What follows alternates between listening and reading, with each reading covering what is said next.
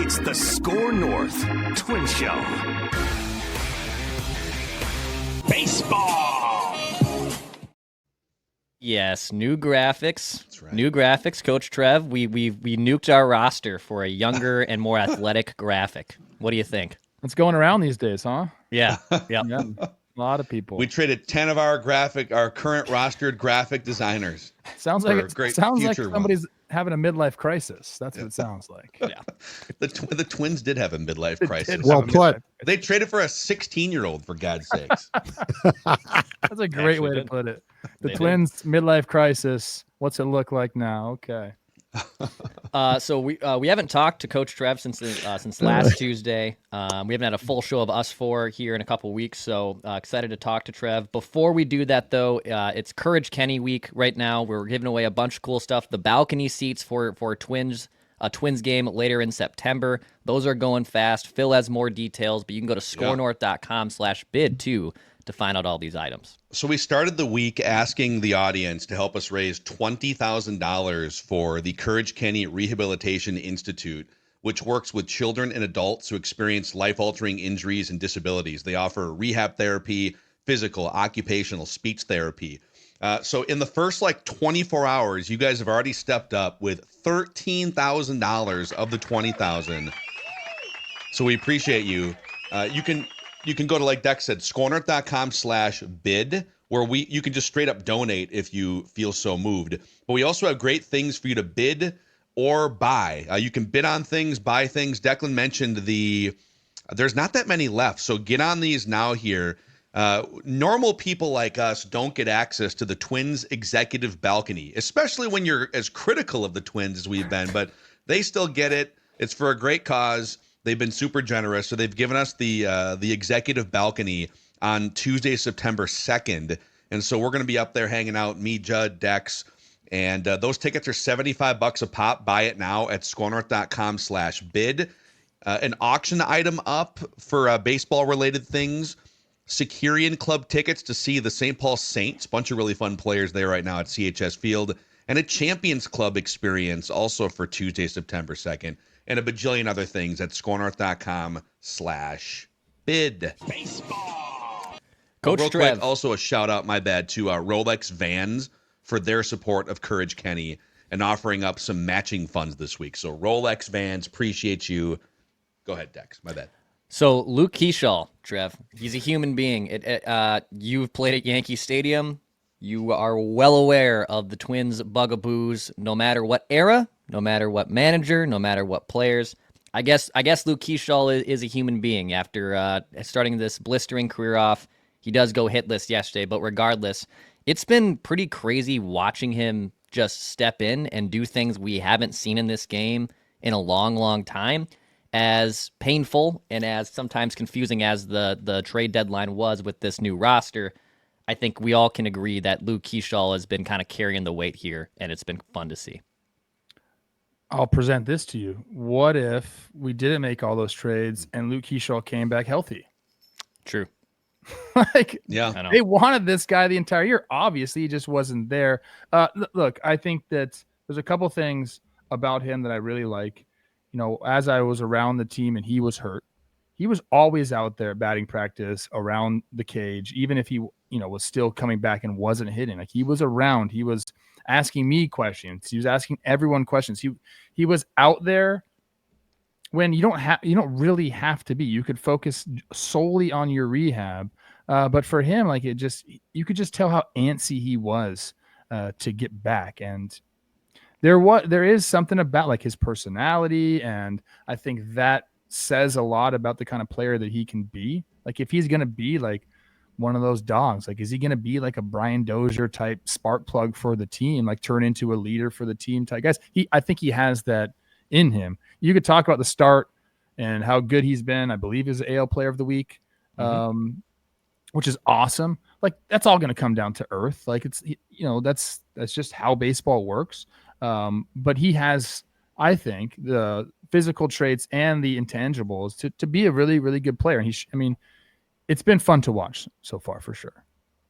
Well, that point you just made, it's kind of funny because they made the trades and then Keachall was activated, not because they made the trade, but because he's ready to come off the injured list. And I think there's been this conversation of, boy, 10 games and there's an energy and a feel and Luke Keaschall, but it's not like mutually exclusive. Keachall's not playing like this and exhibiting this energy because they traded 40% of there's a little bit of that. I do think there's a little bit of like, hey man, everyone thinks we're just a bunch of idiots here and we're punting on the season. There is a rally around sort of aspect, but yeah, like imagine you still had your bullpen intact that not blew a game last night. No, we can't imagine that. Don't. It's how about just a little smidgen of the bullpen? How about Louis Varland? Just a little smidgen. New corner locker guys served up a Jazz Chisholm bomb last night. So give me the corner lockers. Who's in them now? So it's still the same. So it's Buck and Vasquez, Pablo. Still have those three, and Erasmo Ramirez, the longest tenured player on from service time, got Carlos Correa's locker. Wow, Erasmo Ramirez, man. My sources say Danny Valencia put a phone call in asking if he could grab that corner locker. I don't know how that worked. Man. How does Joe Ryan not get that?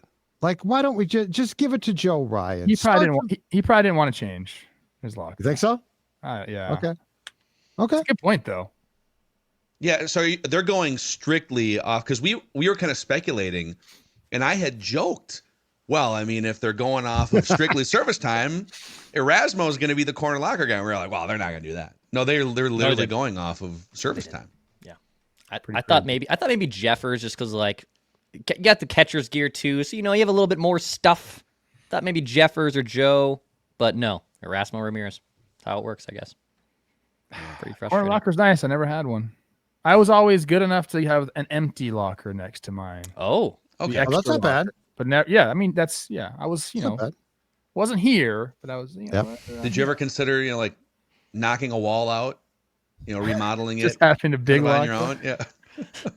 I honestly don't. I mean, I'm trying to think who had the corners when I was there. I mean, it was like real deal established guys. I mean, it was like Glenn. I mean, Phil Hughes had obviously a long career. Joe Mauer. Yeah, when he had it, there was some big dogs. Jamie Carroll had one year. Yeah, Pelfrey, right? Had one your first year. I don't know if Pelfrey did. He maybe. I thought Pelfrey had one. Well, you might have been gone. I don't recall, but Pelfrey definitely had the one that Jamie Carroll had. Okay.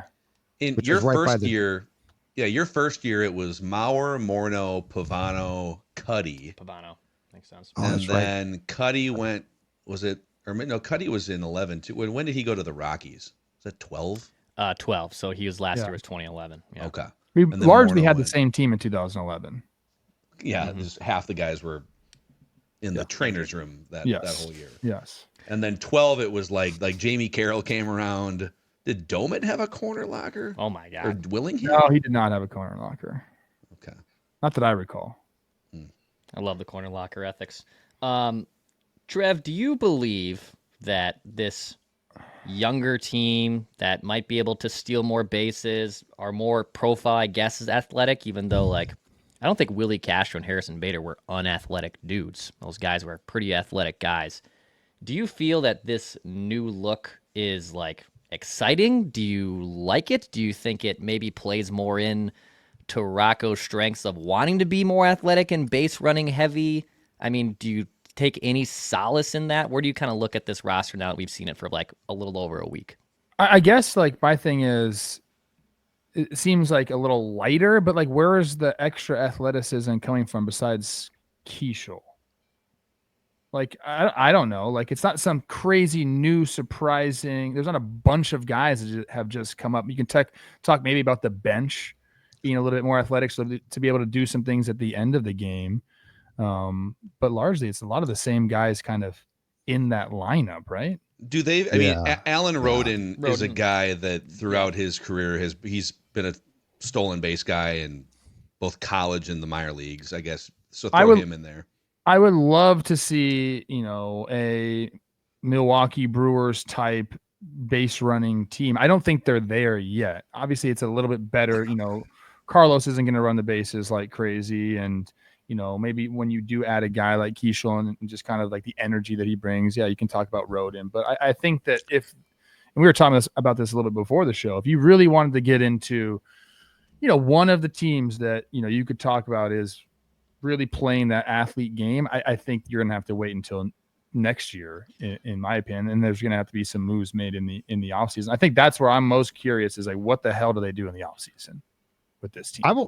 I want to go down a rabbit hole because there's a lot of words being thrown around, athletic and blah, blah, blah.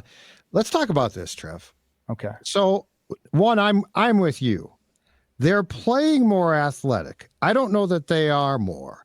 It seems to me that what Rocco is saying, and I brought this up to Dex and Phil a couple of days ago, is he is being allowed to manage the way that he wants. They are trying to take the extra base. They're being more aggressive. They're doing things they didn't do previously.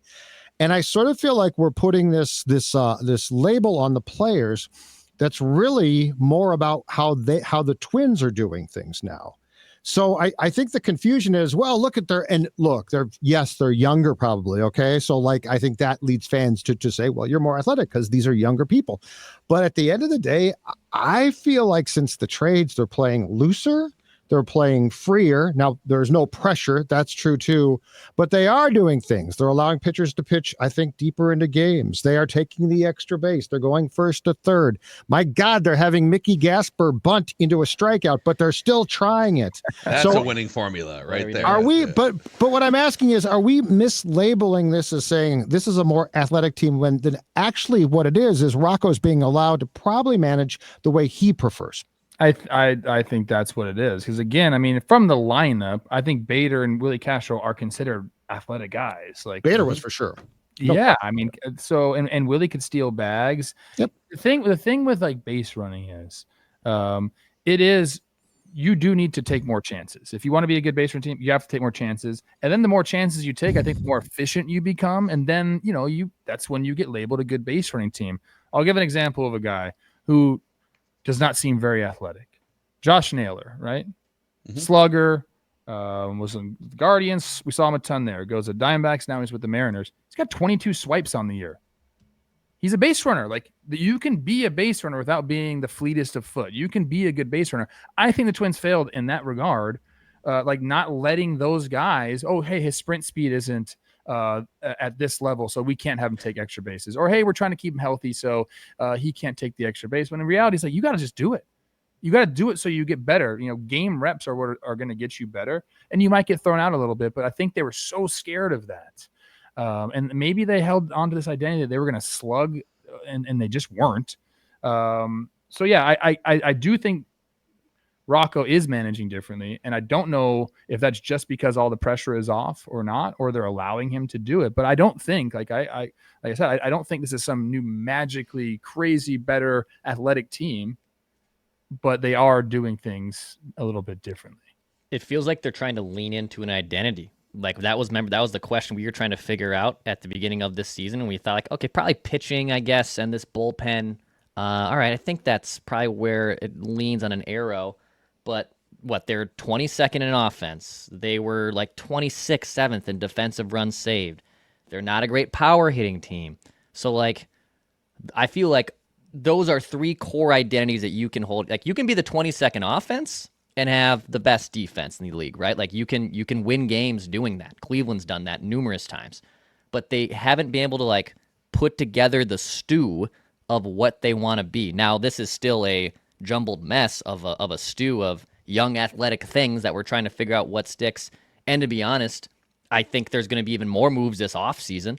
Like, if you get Alan Roden and he shows you he can hang, does that mean Trevor Larnach's expendable in the offseason? Does that make Matt Wallner expendable in the offseason? So there's still a lot, I think, at play here, and it's more of an audition. And plus the prospects that are in St. Paul or at Wichita that are essentially knocking on the door, too, of entering the conversation of are these guys going to be contributing to us very soon, sooner rather than later?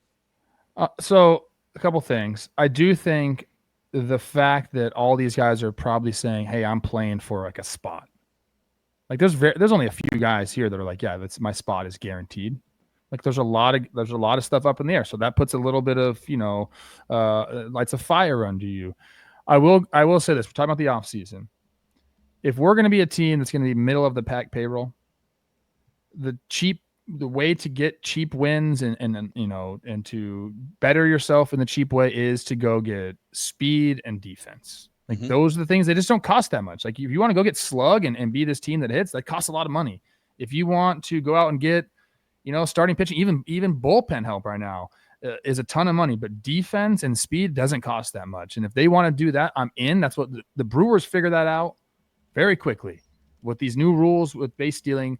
They figure that out very, very quickly, that you can go out and we can, I mean, the guys that they've drafted, man, it's awesome to see who they draft. It's like not guys who are on the other 29 teams draft boards. You know, Sal Frelick, I don't think was a first rounder for a lot of different teams, but they like what he brings. They understand they do have an identity. And I think if you want to lean into that, I'm in. I think that's a great, fun brand of baseball. You're kind of zagging when everyone else is zigging. So like you can be ahead of the curve still if they go do that in this offseason. But they do have a lot of decisions to make for sure. Like I think that a lot of these guys will be seeing, I think we'll be seeing almost a completely different roster to start the year next year. So yeah, so who do you right now, if Coach Trev is he's got his off-season whiteboard in his office here, and maybe there are a bunch of new moves, but because they got a bunch of these kind of like 28, 29-year-old Cody Clemens, Trevor Larnach type guys that you don't know exactly what their future is. Who do you know you want to build the Twins around for the next 3 years that's currently on the team? Byron's not going anywhere, obviously. Love him. So I'm looking at the roster right now. So Byron, I'm a Matt Wallner guy. Like figure him out. Like let's that's our thumb. And he's cheap. You need like, some thump, right? Yeah, you need some slug. Byron and Wallner can be our thumb. I'm a big Jeffers guy. Like I think he should be there. And if you got to offer him, I don't think he's a qualifying offer guy. I don't think. Probably not. No. He leads by the way, he leads the team, not counting Keaschall, 13 games in on base percentage. So he is your best on base guy. I texted Glenn and Justin and Corey. We should extend Jeffers. I don't know if they agreed with it. That's my take. I think have they responded yet? They're like, hey, I'm busy. Yeah, maybe not. But I like him. I would keep him for next year. How about that? And then see what happens. You trade him at the deadline or you let him walk. I don't know, man. Like, I don't think he fetches a ton, like in like market value. So I'd rather just have him on my team. Agreed. So okay, top 4 guys right now. I'm like Buxton, Wallner, Jeffers. Keachall's going to be there. Brooks Lee is going to be there, and Royce Lewis is going to be there. Everybody else to me is a guy that can kind of we could see exchange for somebody else. Mm-hmm. And Trev, how about this too? So because Keachall is going to be there, and I think he's 22 right now. How about, and I'm not saying that this has to be opening day, but some point, probably in the spring at some point, like May or something of next season, Walker Jenkins comes up, Culpepper comes up, because one is, to your point, one of the things that we are seeing in baseball now is we're seeing, and it's not necessarily to the detriment of the player, more guys fast-tracked a bit. And second of all, I think if you surround these guys with each other, because there's going to be, to your longstanding point, inevitable slumps, right? And if you're on a veteran team and you're young and you're slumping, there's a pressure there. I think if you allow them, though, to get up here and learn together and have them here at the same time, the Twins have gone down this path before. The early aughts, 1982, that team that turned into a World Series champion. So I think there's an exciting proposition here if you are willing to allow some of these kids to come up here and play. And it might not be pretty in 2026, but I think it definitely gives you that identity and personality where going forward it could turn into a very good thing.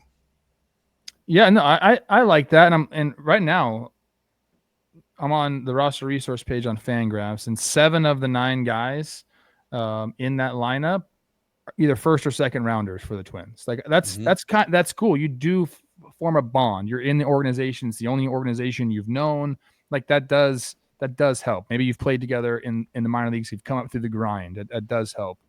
But I would say yes, and figure out some aging veteran to come in to kind of help them. A la Nelson Cruz is a great example for that. But somebody like that, you got to have somebody to.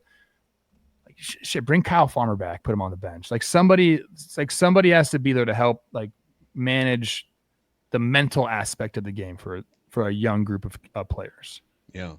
And that's, and I wasn't here last week, but I know there's debate on this show about how much Correa did or didn't add that value, but he's gone, and he was in theory like that guy. Buxton adds some of that, right? So like in terms of Jeffers can add some of that, but yeah, they're not going to have a big payroll with this ownership transition. And part of the reason why they dumped that Correa contract, I think, was to make the books look better to get the 1.7 or 1.8 billion. So how can you get let me throw this take at you. I don't think if you hang on to Joe Ryan, and there's been some chatter that they almost traded him before the deadline, but if you don't trade Joe Ryan, and if you don't trade Pablo Lopez, there's a path to like a wild card team next year. I don't know, maybe that's a homer take, but it requires Royce Lewis to be back to Royce Lewis. Where's the music? It requires Brooks Lee. Trevor's right. But they're not like, I think some people, and maybe Judd's in this camp, are making it sound like this is a complete teardown because they traded 10 players. There's still a lot of good young talent, and I'm wondering, how do you get the most out of that talent? And that's been an issue over the years. Going back to Sano, like there's been a pattern of guys stalling out at age 26, 27, 28. And like what does the peak version of Wallner look like? We see it in glimpses. What does the peak version of Royce Lewis look like over like 3 years? That's what this franchise needs to get these young prime players to their peak potential sustainably, period.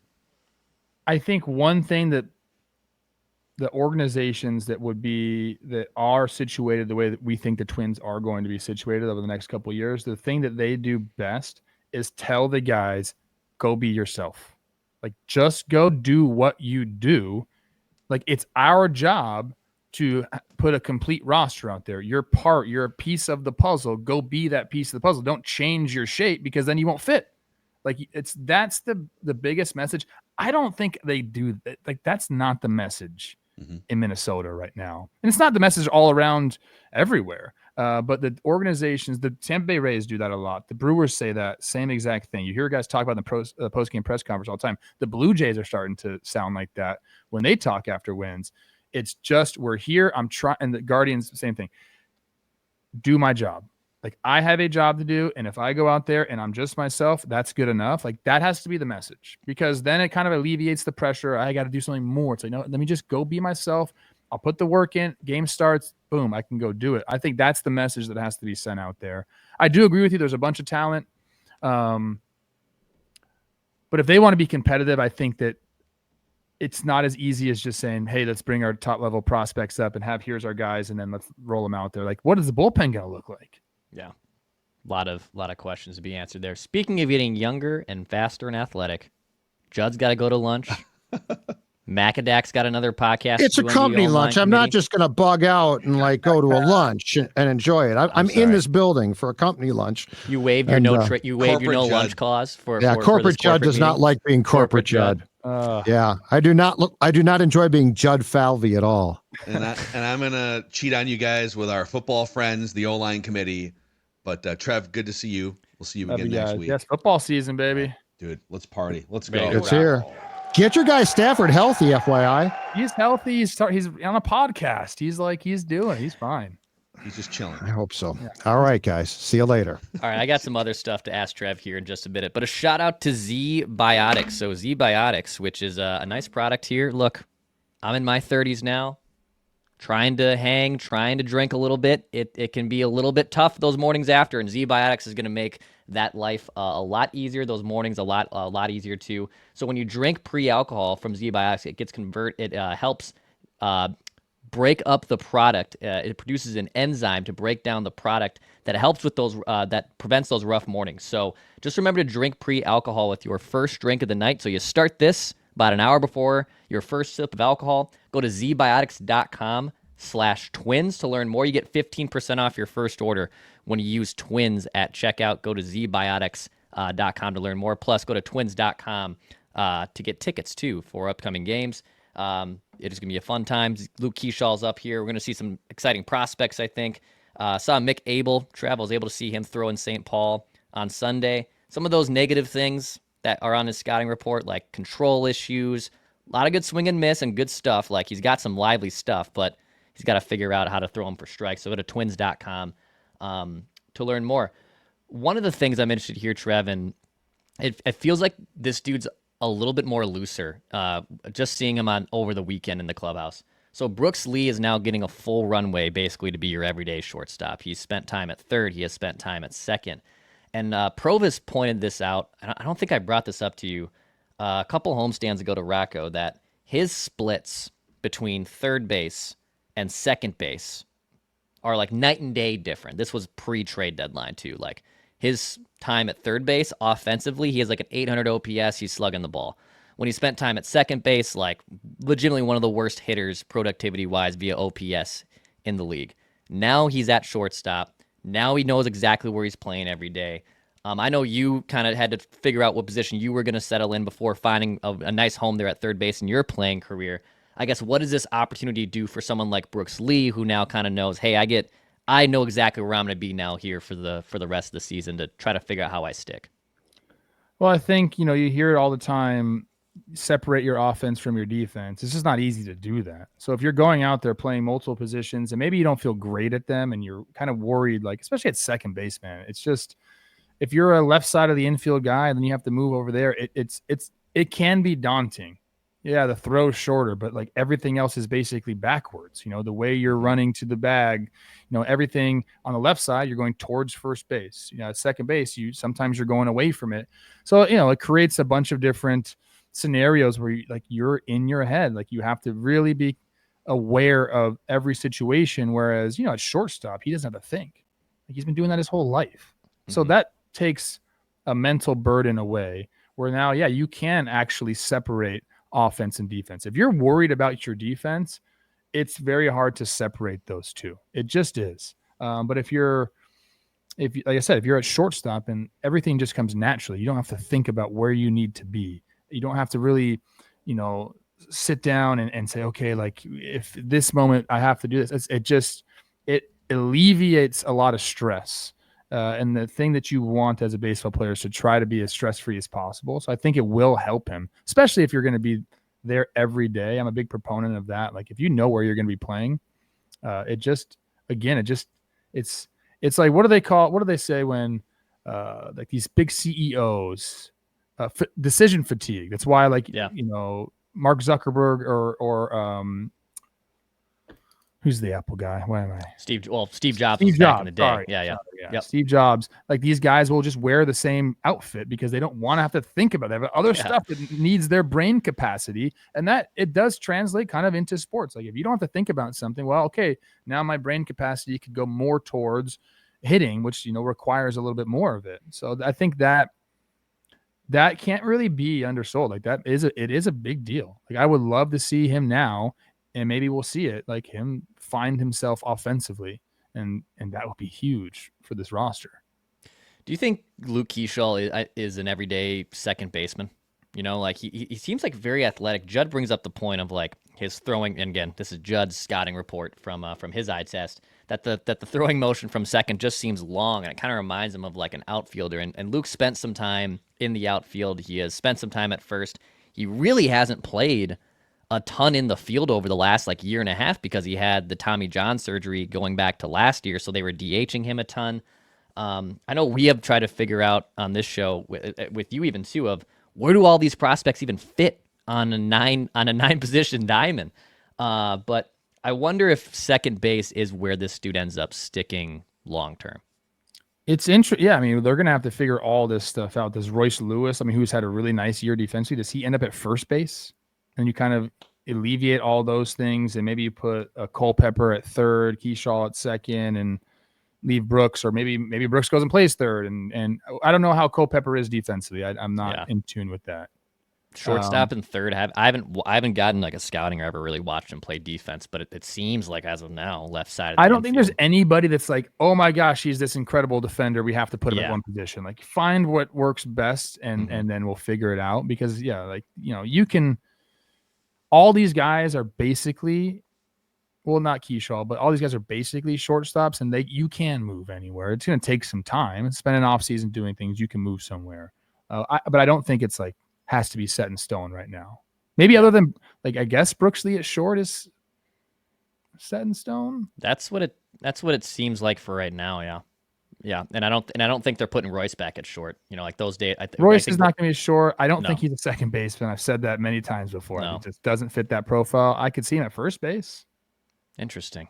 I mean, he was so, and I don't blame him for being anti-second base. I mean, do you feel like he put up some roadblocks though of being a first baseman? What roadblocks can you put up?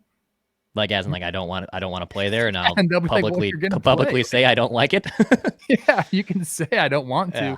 and they'll be like, oh, okay, well, it's best for the team. Yeah, right. So yeah, I mean, you really don't have a choice. I mean, you could demand a trade, I guess, but I don't know, man. Yeah, there's a lot of crazy rosters to go. Yeah, it's gonna. I'm telling you, this offseason is gonna be. I actually do think they end up trading some of the starters as well. I think they pay Joe, or they trade Pablo. Like I don't see a opening day roster next year that has 2 extension contracts of like $20+ million to Pablo and Joe. I think it's only one of them that gets paid. I mean, they let Sonny Gray walk away for pretty much the same damn reasons. God, he's looking so good, and he's too. awesome. I He's know. awesome. I love know. Sonny Gray. I was just watching what he pitched against the Cubs. Yeah, on Sunday Night Baseball. Like, just still doing it. Just nothing is straight. Yeah. They have a lot of decisions. I don't know, man. I don't know. I guess like where my head goes is the people that are making these roster decisions for the most part. I think the sale was a poll ad like decision. Yep. Okay, like let's do it. But if you're an owner coming in, like you probably want to have your own guys in these roles. I would think like maybe a couple transitional years. Yep. So if you're Jay-Z, Jeremy Zoll, or if you're Falvey, like you can't just blow it up and then the first couple of years of a new ownership be horrible. Like you still want to like show like, hey, like we can put together a roster, I think. So I think it's your guess is as good as mine of how this whole thing shakes out. Yeah. I think Rocco's the one that if like let's say a ownership sale happens by the end of the season or sooner than that, I think that's maybe the only one that they'd say, you know what, we want a different manager. But like Jeremy and Derek, I think new ownership will give them at least a runway to show it. And maybe like if Rocco has success with this lineup where there's positivities, like I'm not shocked. And I know his contract option was picked up, so the option's picked up, so he's on the books, I guess, for 2026. But I think he's the only one. I don't think they'd switch managers out either. I don't. I think it would be like the first year. Okay, let's see what we got. There's a lot going on here. We just bought the team. Like let's kind of like do an internal audit and see what we have, and then you start to make the moves. I don't see them just going full bore, just completely erasing everything. Yeah.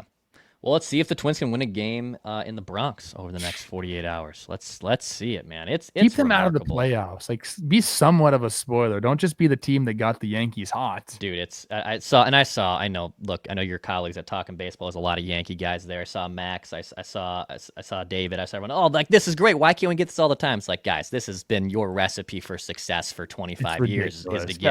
Is to get the Twins back in Yankee Stadium. It gets you back on track. So I woke up to a text from John Boy himself, the New York Post back page. Bombers get lucky as usual. Punching bag Twins arrive to fix their woes. Like that's fucking crazy. It is, dude. It's just insane how that's crazy to write. It's insane how no matter what roster it is, it's the same result. Is it 2002 last series won in New York? Is that the? I think that's right. I mean, it's like over 162 games. It's like a 34 win pace against the Yankees, which is worse than the White Sox, worse than the Rockies, right? Like it's insane how futile, and like with some good teams too. In fact, I think Coach Trev might have pieced out there. Actually, might have been a fat finger. He did the same thing that the Twins do at Yankee Stadium, which is sometimes you just don't show up. Doesn't matter if it's a good day or a bad day. Here he is, actually. We'll get him back in here to say goodbye. You just did the same thing with Twins and Yankees. You know, sometimes you don't show up. It just happens, man. I want to look something up real quick, and I went to go click on a different page, and I clicked off our thing. My bad. No, you're good. But yeah, it's the woes at Yankee Stadium are well documented.